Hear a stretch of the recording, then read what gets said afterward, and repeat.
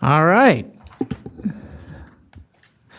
We have an outside the Bureau of Automotive Repair presentation.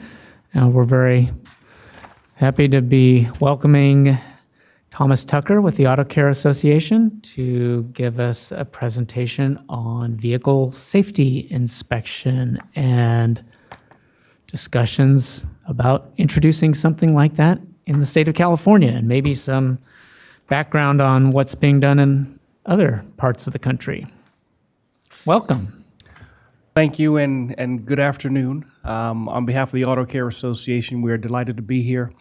We have partnered with BAR on numerous initiatives, and we certainly look forward to continuing the partnership, and we're delighted to be here. Today, I've been asked to give a presentation on the state of vehicle safety inspections and the question of should the state of California consider doing a program. Before we go any further, Tom, I thought you wanted to stand for your presentation. You okay? I'm okay. Okay, yeah. good. But thank you. Zach said it wasn't acceptable.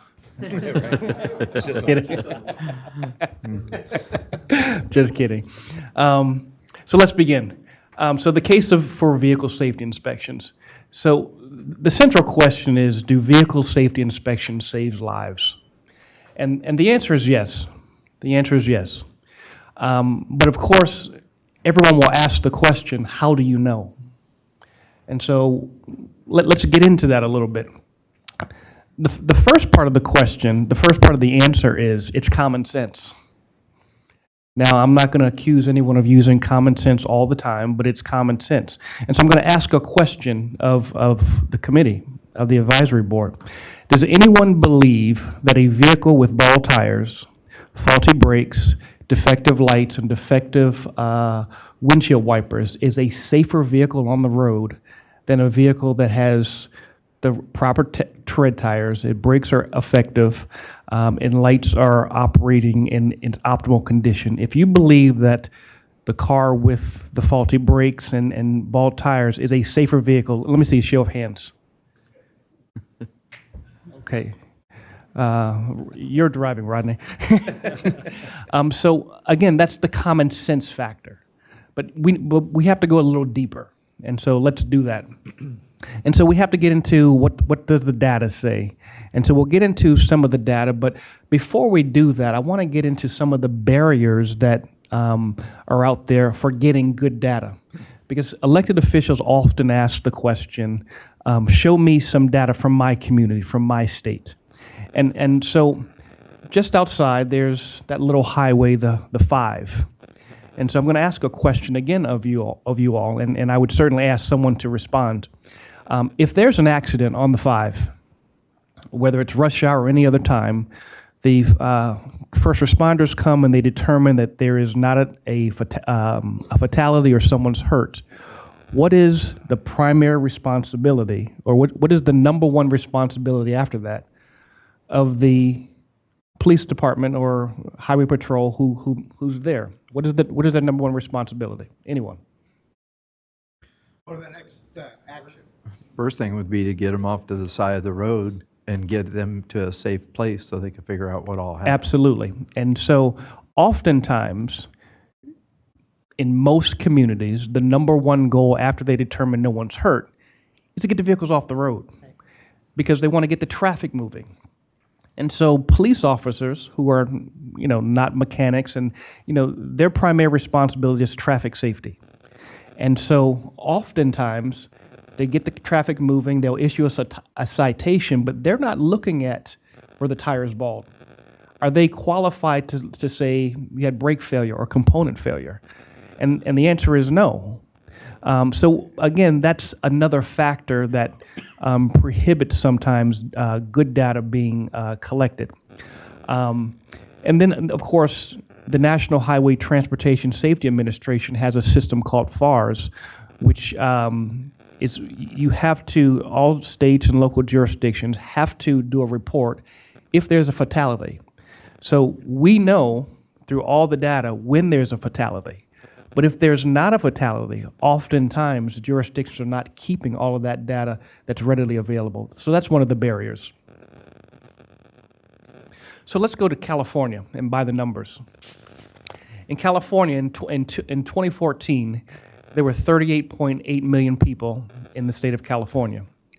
By the end of last year, there were estimated to be 40 million people. It's just an estimate.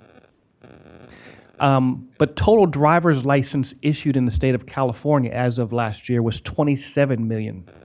That's a lot of people who have licenses. But if you look at the number of registered vehicles, there are 25 million registered automobiles, but I'm not going to go through the total class of vehicles, but if you go to the last number of the total registered vehicles, 35 million, close to 36 million registered vehicles in the state of California. Now let's take a step back and look at those numbers in totality. 40 million citizens, 27 million driver's license issued, and 35, close to 37 million vehicles on the road. And so I'm going to, as I continue, I'm going to offer something that I want you to keep in mind as we go through this presentation. We know that safety inspections, from a holistic perspective, the primary responsibility is to ensure that all cars on the road meet a minimum safety requirement, a safety standard. And so keep that in mind as we go through, because I'm going to keep coming back to that phrase, the minimum safety standard. And so you all are sitting here on this committee, but I want you to take a step back as consumers, as motorists on the road. And here's a factor that we all have to consider.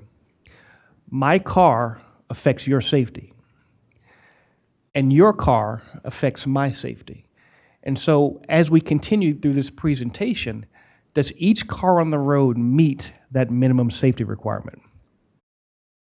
So this slide shows just an overview of the country of what states are doing. The yellow represents states that have emissions programs across the country. The striped states have emissions and safety inspection programs. Those with the brown, they have limited emissions in limited areas. The blue, when you do a sale or transfer, you're required to do an inspection. And of course, green, the outlier, Nebraska, you have to only get a safety inspection if you're bringing in a vehicle from out of the state to register and title it within those that state's boundaries. But these are the states with current safety inspection programs across the country. There is, Nebraska and the District of Columbia are not listed, but they should be included on this list, but I wanted to point that out to you.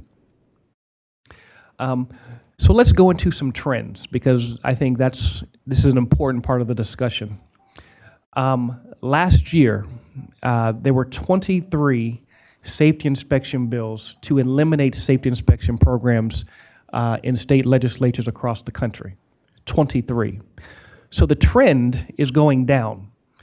States want to eliminate the programs. But let's get into some of those states. Hawaii had 8 bills to eliminate the programs. Maine had 5, Texas 5, Missouri has 1, and Missouri has one of the strongest safety inspection programs in the country, and every year someone is introducing a bill to eliminate the program in Louisiana. But New Jersey, the entire assembly issued a resolution opposing the elimination of the safety inspection program.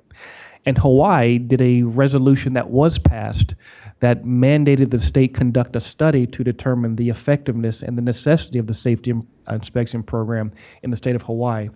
That study is ongoing right now. They're currently doing the research. And then when they have it completed, I'll be more than happy to share it with the group. But for 2020, Virginia and Maine have introduced bills to eliminate the program. Now, I want to kind of explain. Maine is a repeat. The governor of Virginia stated just last month that his goal is to eliminate the safety inspection program in this year's General Assembly session. But his reason, you got to go into what is his reason. And he said that he wanted to eliminate the program because he wanted to go back to a time of his childhood when he could go and tinker with the cars in his garage. Well, we know that governors are not tinkering with cars; they're being driven. And for those that are DIYers and want to do work on their cars, we certainly don't prohibit it. It's certainly they should be allowed to. But we have to also keep in mind that cars today are more sophisticated than they were 30 and 40 years ago. And so I believe that the governor is certainly not educated enough on the issue, and we don't believe this bill will pass. However, Oklahoma has a bill to institute a program this year, so the trend might be changing. This is the first bill in a series of years that a state has introduced a bill to institute a safety inspection program in the country. So we feel very good about that. Have no information on if that bill will pass or anything, but the fact that a legislator thought that enough that they should have a program speaks volumes. So let's get into some of the data, because I think at the end of the day, people want to know, what does the data say? So in the Commonwealth of Virginia, they have an annual inspection. It's a 21-point inspection. And their inspection does simple things like tires and brakes and safety equipment like turn signals. But the important number are 8.2 million vehicles were inspected last year in the Commonwealth of Virginia. And 1.6 million of those vehicles failed due to critical safety defects. Now let that hang in the air for a minute. 1.6 million vehicles failed inspection for critical safety defects. That's a lot of cars that failed.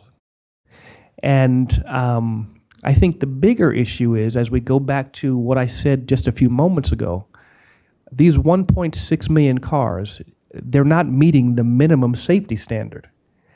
And so then the question is, if they failed, are these unsafe vehicles on the road? I think the answer is yes. And if that's 1.6 million in Virginia, and we have close to 40 million or 35 million cars in California, how many cars in California would be deemed unsafe and on the road and not meeting that same minimum safety standard? Well, let's go deeper in data with a few more states. In South Carolina and Missouri, both eliminated their safety inspection programs in 1995 and 2015. And the result was, after they eliminated the program, both states led the nation in the number of highest number of traffic deaths after the elimination of their program. In South Carolina alone, in the 11 years after eliminating their program, the state experienced a 29% increase in traffic fatalities after they eliminated the program. I don't know how you all would view that, but cause and effect is how I look at it. They had a program. There certainly were traffic accidents and fatalities, but after the elimination of the program, those traffic accidents and fatalities increased. I think you see that there's a correlation between the program, having a safety inspection program, and traffic crashes and fatalities. In Mississippi, the year before they eliminated their safety inspection program, they had 607 traffic fatalities. The year after they eliminated their safety inspection program, 677 fatalities. Again, this is the data. It's not me speaking, it's just the data. It's cold, hard facts. I think, again, it shows a correlation between having a safety inspection program, what happens, and then how those numbers increase when you don't have one. In Florida, the Sunshine State, they eliminated their program in 2000. And they experienced a 63% increase in traffic accidents after eliminating the program. In 2000, the state of Florida had 2,920 traffic-related accidents in the state. And the year after they eliminated the program, a 21% increase to 3,533 traffic-related accidents in the state of Florida. Again, cause and effect. And this is the data. Well, in 2017, in the state of Texas, there was a legislation to eliminate the safety inspection program. And Texas has a pretty robust program also. Let me actually stop for a minute and go back, because I forgot to say something that's very important on this slide. These 23 bills that were introduced, all were defeated. Not one passed. So then we get back to Texas. So Texas in 2017 and 2018, bills were introduced to eliminate the safety inspection program in the state of Texas. In 2017, after the bill was defeated, the legislature mandated that they conduct a study to determine the economic and safety benefits of having a safety inspection program in the state. That report was commissioned and performed by the University of Texas in Austin, and you actually have the executive summary in your pack, provided it for you. If you'd like the full report, I'd be more than happy to provide it. But that report had a pretty significant conclusion, and it simply says that vehicle defects are twice as likely to result in a fatality as crashes without defects. Now, we had to have a study to determine something I think we all know. That's common sense. But the study's factors are what they are. Vehicle defects causes accidents. So let's shift to vehicle components, because vehicle components are another factor when we talk about safety inspections. According to the National Highway Transportation Safety Administration, 35% of all motor vehicle crashes can be attributed to vehicle component failure related to wheels, and another 22% for brakes. Now, we looked at some of the data from across the countries, and some of the top reasons that vehicles fail inspection are steering and suspension issues, tires, brakes, and component failure. So you have to ask yourself, why? What's happening to these vehicles? And so as the vehicles age, as they get older, they're failing. I think that's, again, common sense for those in the industry, you know. And then there's another factor that we have to also consider, the issue of deferred maintenance. I'm going to ask a question of you all, and I certainly am not asking to put you on the spot, but humor me for a moment. How many of you in the room and on the dais have had a light go off in your vehicle, or you know you need something done to your vehicle, but you put it off? You're going to get it done later. Anyone? I see some heads shaking. I see some hands here. People up here are scared to put your hands. It's okay. But heads are shaking. But according to our figures at the Auto Care Association, deferred maintenance across the country is about $25 billion. $25 billion. So what that says is people are choosing not to get their cars serviced. Well, there are a lot of reasons for it. Some were busy. You know, some people may not have the money. And then some people just, I'll get it done later. I'm guilty of that. I'll get it done later. You know, as a personal aside, I had just a few years ago, I bought a new car, and my car was stolen, along with 15 other people in a parking garage. They stole all 4 of the wheels off the car. I came out, my car was on milk crates. I was a little unhappy. I didn't want milk either. So I called AAA and asked them to send a tow truck because my wheels had been stolen, called the insurance company. After about 2 hours, no one came. I was upset. I called AAA back. This is Tom Tucker. I've called you. I'm waiting. No one's here. They simply said, Mr. Tucker, we can't send you a tow truck. What do you mean? I've been waiting. My car's been vandalized. I need a tow truck.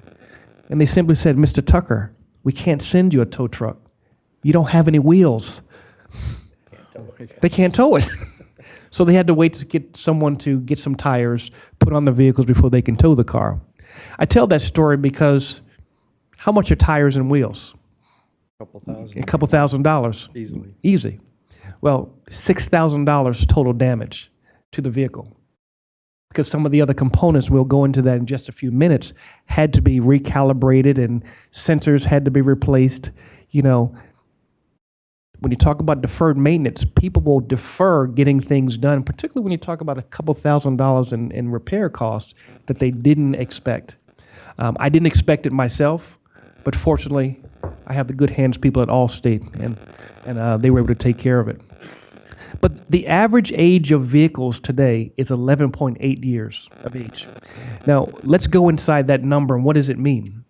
People are keeping their cars for a variety of reasons. One, cars are made better.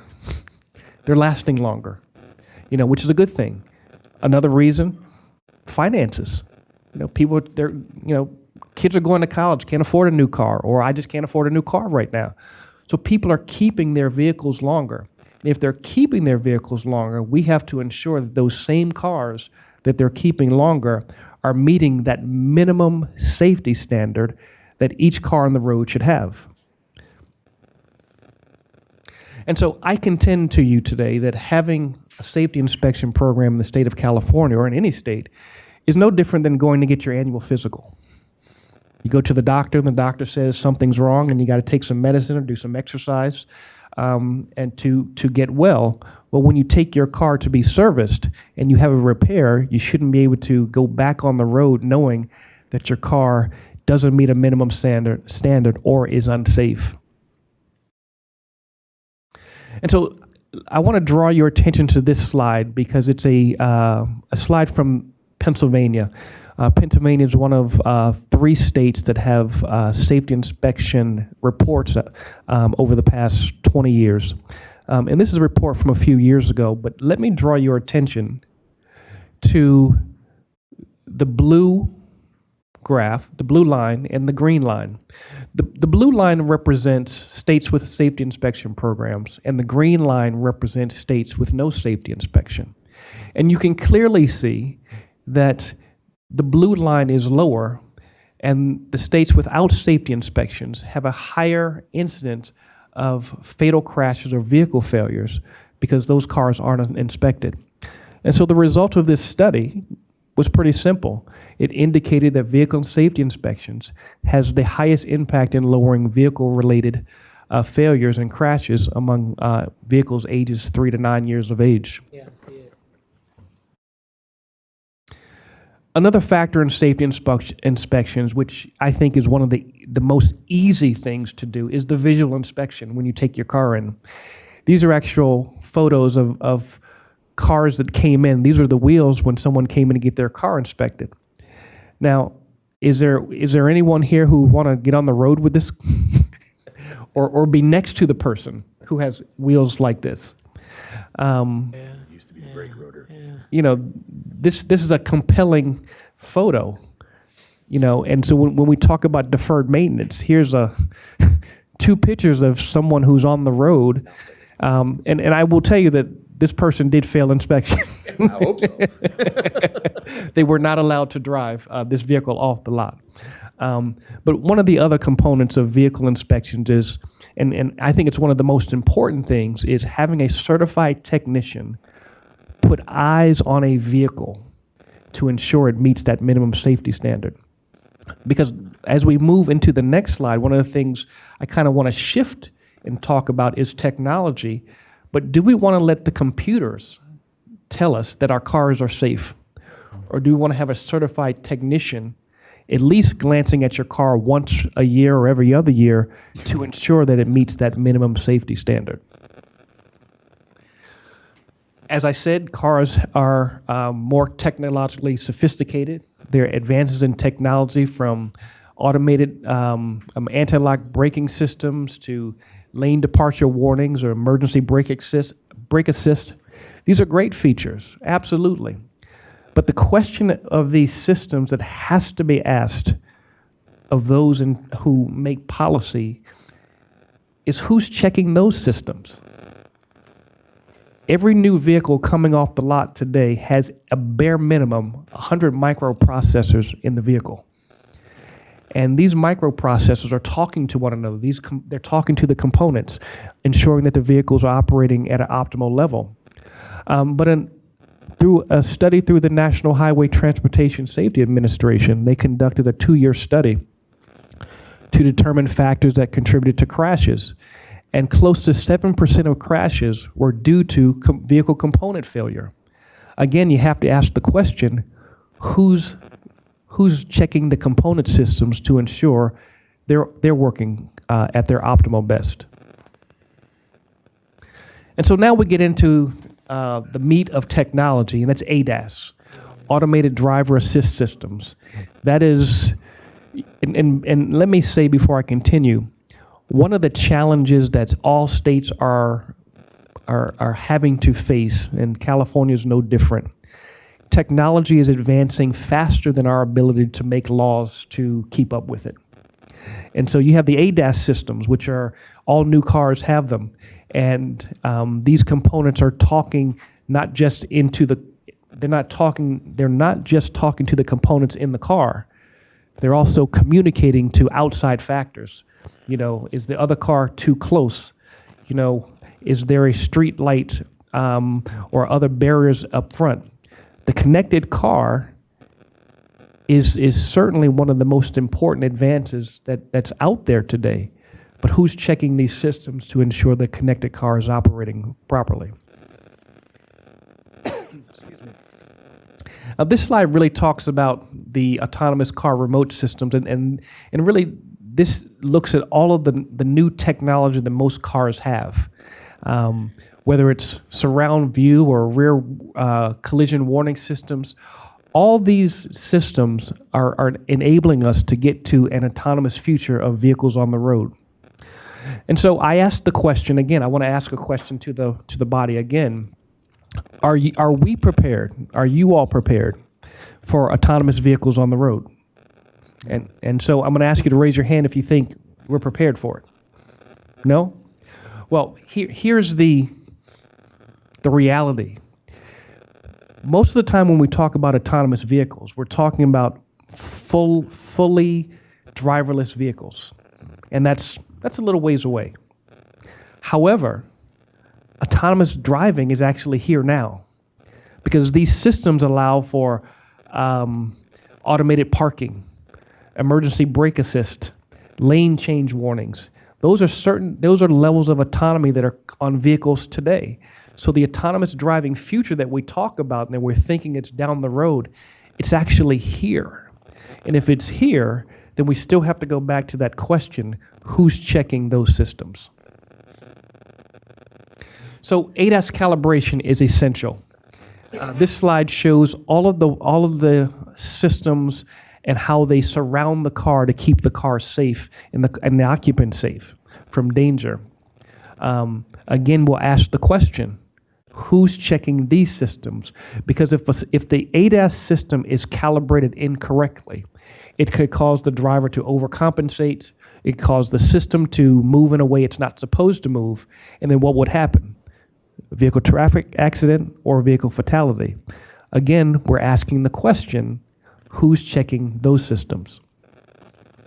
And so when we talk about a safety inspection and you have something that needs to be repaired, you get the repair done. However, the repair doesn't end when the part's installed. Because as I shared with you a few moments ago when my car had to be repaired, the repair was done. Parts, the tires, the wheels were replaced.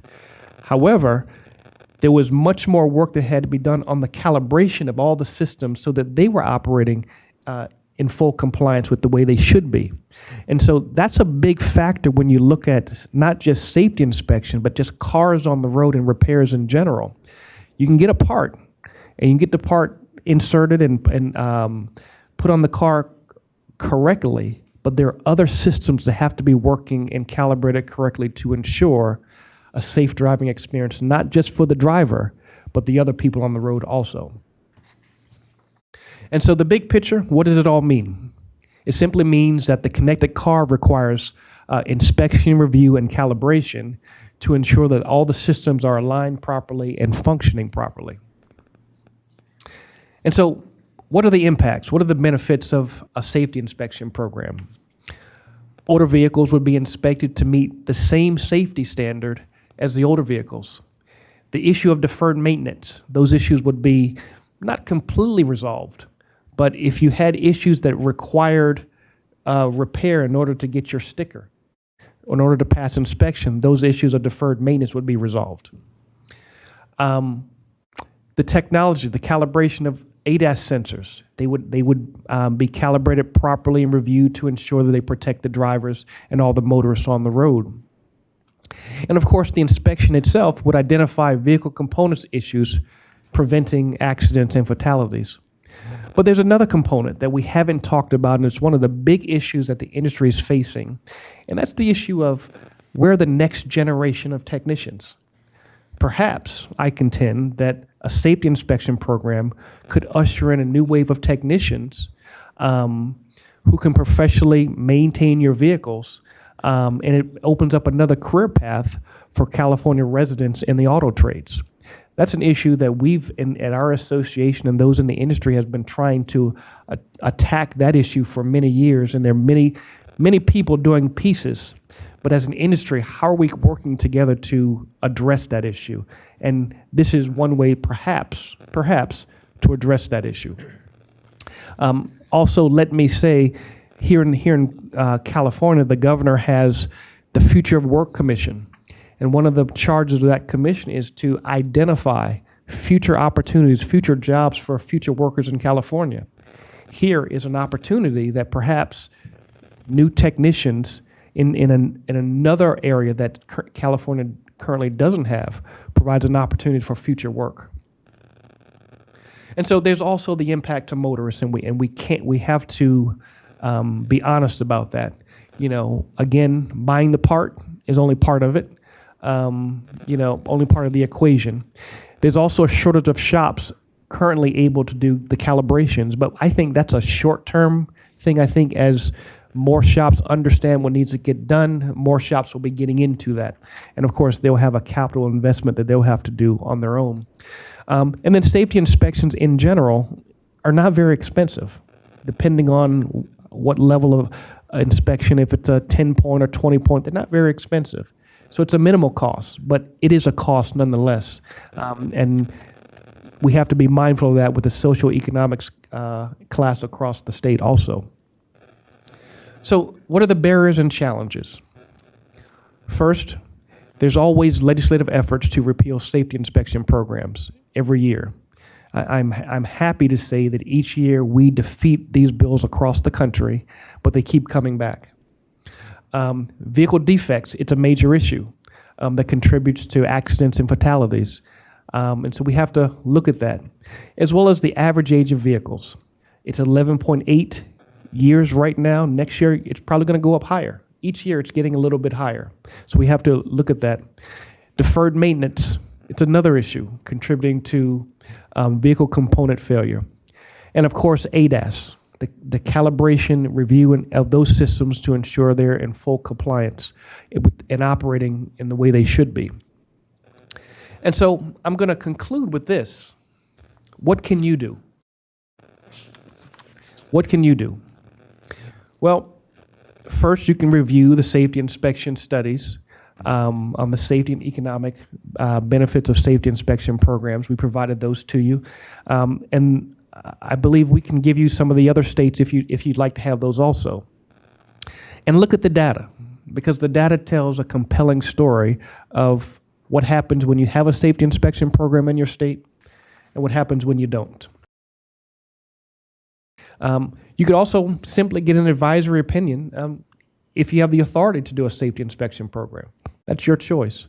But I think for this presentation, I think what we're asking is that you support the funding request that will be coming to have the state conduct a safety inspection, to have the state conduct a study to determine the necessity or need for a safety inspection program in the state of California.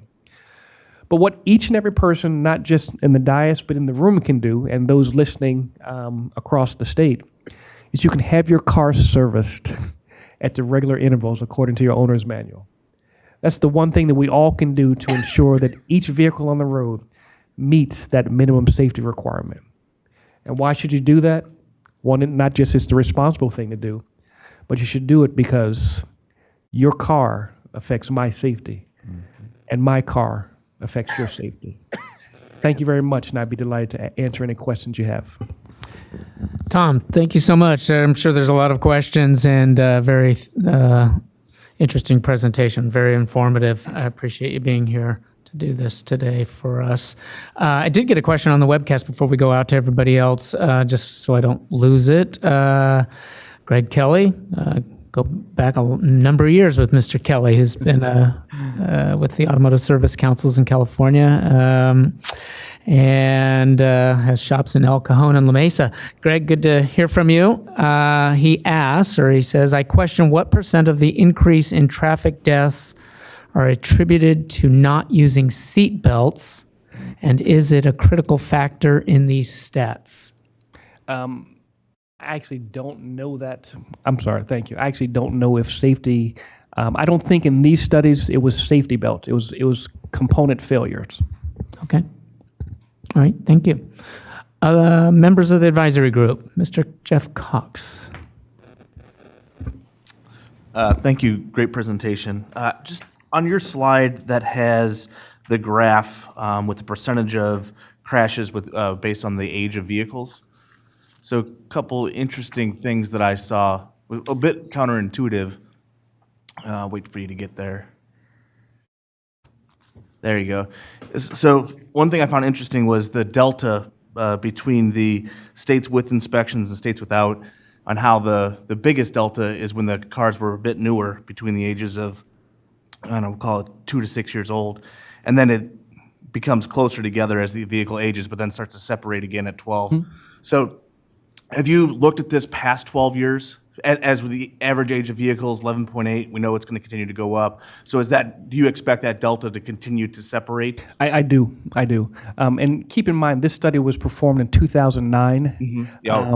And so it's a little bit older, but I think you're hitting the mark that as the vehicles get older, and I think we've seen that in some of the other slides, the vehicle components fail a little more often, and that leads to, I think, a wider gap. Yeah. And the second question, do you know, I think ADAS, it's all safety systems and could be, and maybe could be and should be a critical part of safety inspections.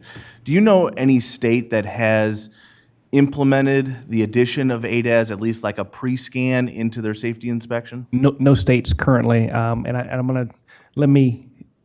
I said just a few moments ago that our technology in vehicles is advancing faster than the public policy process, and I think that's a great example of why.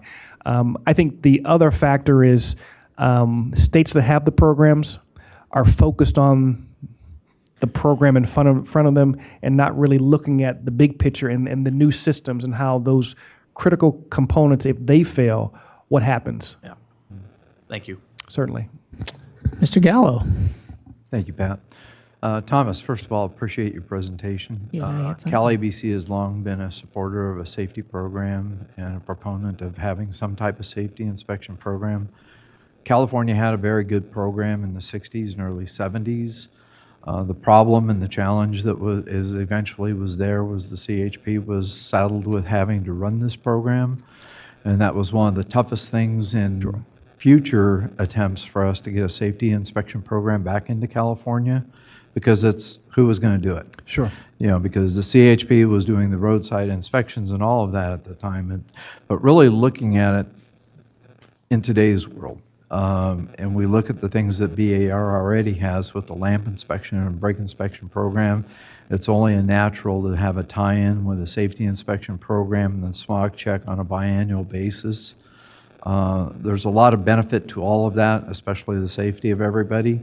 And given what we see in your slides with the rotors all the way worn down, we've all seen it, some cases worse than that.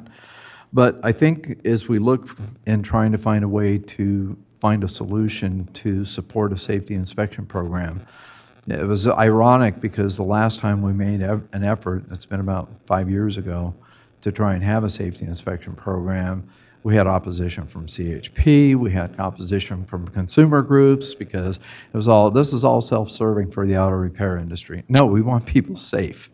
And so again, I applaud you for your presentation today, and I hope that we can work with you in the future on this. Sure. If you wouldn't mind, let me respond. I think one of the things that I would hope that if the state were to allocate some money to do a study, that the study would be a little more comprehensive and not look at what the state did in the past. As technology has changed, as states have changed, not all states' safety inspection programs are run by the police. You have, in Texas, you have a whole industry that's cropped up of just safety inspections. That's all they do. And one of the benefits of the program in Texas, they only do inspections, but what they're not allowed to do is repair the vehicle. So one of the concerns in states has been, you go to an inspection, you get your car inspected, They tell you you need this done, and the concern is the technician marking up you need more to get more work? Well, in Texas, they've addressed that issue because the technicians can only do a safety inspection. They can't do the repair. So you have to go someplace else. So there's no markup. And so there are different models that states are using. And so I would hope that BAR would look at the different models that other states have, because, I would agree that the California Highway Patrol, I can understand why they wouldn't want to do it. But I think there are benefits. But I think if you can partner with them and and have a private, and I'm not suggesting any way that you do it, but there are other models that are out there for the state to look at and to consider. Thank you. Yeah, along those lines, I was curious, and we don't have to answer it today, but maybe getting some detailed information about the structure of those programs. Are they government run? Are they I don't know of other states that have a licensing program like we do for smog, lamp, and brake. No, California's unique. Yeah, is it mostly centralized, contracted out? Yeah. Well, in Virginia, the similar to what California had, this state police runs the program. In other states, it's different. And one of the things I can do for you is put together matrix on something matrix like that. on Yeah. what states are doing. That'd be great. Okay. Yeah. California used to have that same concern about separating for the smog program, testing from repair. They thought that there not enough vehicles or too many cars would be failed, and they wanted to separate that, much like what you're talking about. And actually, the converse is true. We actually have not enough cars failing, but so they wanted to separate the inspection from the repair side. But anyway, interesting point there. Sure. Pat? Yeah, Mr. Kusa. Thanks, Tom. So as a shop owner, I heard it yesterday. I can't believe I drove this car from one of my technicians. I'm sure Nikki's heard it more than once. So these cars are on the road, and this definitely was a safety issue. 11.8 years is nationwide, significantly higher in California. Because of the climate we enjoy, so our fleet is actually older than the national average. So some of those issues are even more so prevalent on some of the cars 13, 14, 15, 20 years old, right? My daily driver is 17 years old, so right, and it's safe. So what I'm getting with that is those brake pictures, right? For those that may not recognize it, that is a dangerous brake rotor that is worn beyond usefulness a long time ago. So when that car comes into my shop currently, it's hi, Mr. Customer, this is really, really bad, and that's probably going to be a $2,500 repair. Oh my God, I can't afford that. I'm going to take my car home. I cannot say you cannot take that car home, right? I don't have that ability in California. So the states that do have the inspections, do any or all of them have the ability to sideline that, so you cannot bring it home until it's fixed. And when the customer says, if I had $2,500 to fix my car wouldn't be like this, what happens then? Do they have assistance programs? What does that look like to people that can't afford to fix their car? Sure. I do know in the state of Virginia, they can sideline your vehicle because the state police are running the inspection program. In other states, I don't know. I have not heard of a state that has an assistance program. But you make a very valid point of people who can't afford it, and I think that's why the number is 25 million in deferred maintenance, 25 billion, excuse me. That's why that number is so high. But similar to car insurance, you have to have it to be on the road, and you have it for a reason. If we're talking about a minimum standard, if you can't afford your car to be on the road, then again, your car is affecting my safety. And then my car, if it's in similar conditions, affecting your safety. And shouldn't there be a minimum standard that we have in every state? It shouldn't be state by state different standards. Shouldn't there be a minimum standard that we're talking about so that whether you're going cross state lines or down to the grocery store, when your car gets on the road, it has met a minimum standard of safety so that you can have a good day, a safe trip, and prevent not only a traffic crash, but a fatality, because that's when people are usually sorry. And don't get me wrong, I agree Yeah. with you 100%, right? It's just when this comes, through this process, gets into the legislative process, that's going to be the pushback, right? Sure. I'm sure No, you're aware absolutely, of that, obviously, absolutely. right? Yeah. And then, the next step, of course, last comment I wanted to make was, if and when this study takes place, not only should it be similar to other studies that have already taken place, and maybe that should just be the study, but you had mentioned the ADAS systems that, these systems are so new that there probably isn't any significant data available yet. Yeah.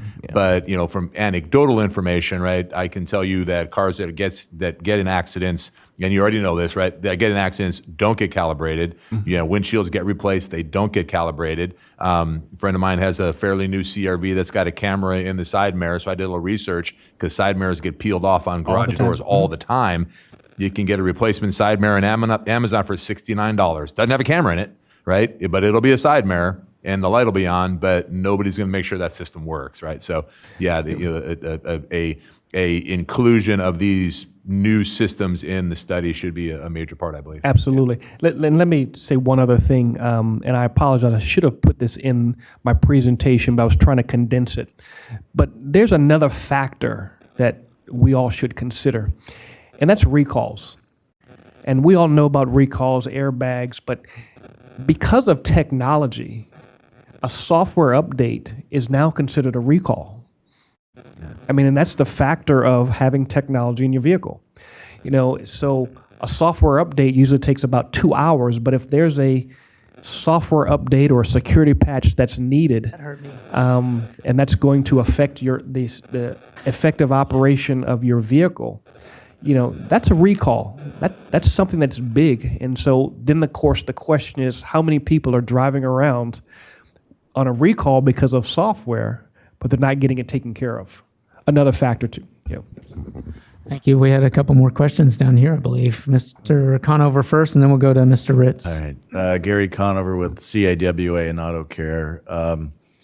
We have taken the leap and are working within the legislature to find budget augmentation money to actually perform a research study on this very topic. That is one reason we brought Tom out to explain to everybody what has happened across the nation. We expect some answers in the next couple of days. We have a deadline to meet tomorrow on bill introduction, although budget augmentations are a little different. We put together a task force. Many people on this panel actually on the task force. So we will be adding to that task force once we get the commitment for a budget activity, and that hopefully that budget approval will then be within a May revise and approved in June. That's kind of our timeline. So I'll be reporting back on that, as I'm sure will your people following it, and I can work with them in our future meetings. Thank you very much. Thank you, Mr. Conover. Appreciate that update on that. And Tom, Mr. you should Ritz. learn to never volunteer. But in that matrix that you're building, could you put the price of each inspection and how much time it takes to do an inspection? I would, but I would have to volunteer to do that, so I can't do it. Sure, not a problem. Can you step out of the room for a second? That's when we volunteer you for stuff. Never miss a meeting. Other questions? Mr. Molodonov. Tom, very good presentation. Thank you for being here and coming out and traveling. One of the things I didn't see in the presentation, and I'm just curious, with respect to certain vehicles that have been involved in accidents, and here in California, to revive a total loss salvage vehicle, you only have to go through a smog test, basically, and a brake and lamp test. Other than that, there's no other safety inspection on a vehicle that has been involved in an accident where it's been declared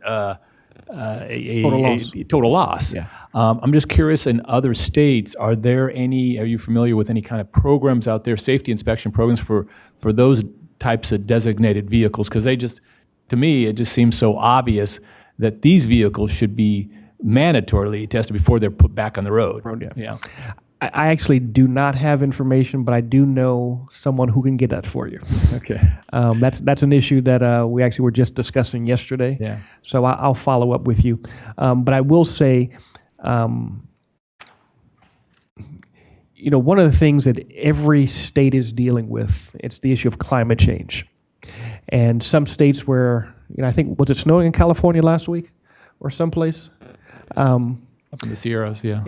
So just a year ago, Houston, Texas was underwater. There was flooding in downtown Houston. So to your point, what happens to those vehicles that were flooded out, and where do they go? California? I didn't say that. That's what we saw with Katrina. But to your point, that's a big issue. Yeah. Not just the total loss, but vehicles that were, in some sort of natural disaster, tracking those vehicles and ensuring that they're either total loss and not, pull parts. But to have those back on the road, I think also poses a safety to not just the person driving, but all the motorists on the road, because you don't know what the effect are to the vehicle components. Yeah, I think that should be part of this as we go forward and study, because I know a couple of years ago, Assemblyman Chow introduced some legislation that specifically was going to deal with this issue on salvage vehicles, and he was very interested in this. It ended up it didn't go anywhere, but I think the issue is very important, and it just ties in nicely with with this safety inspection program. So thank you very much. Sure, thank you. Other questions, comments? Yes, Mr. Froelich. You talked about certified techs and that what you're going to build for Pat. Could you also give any reference of what you're using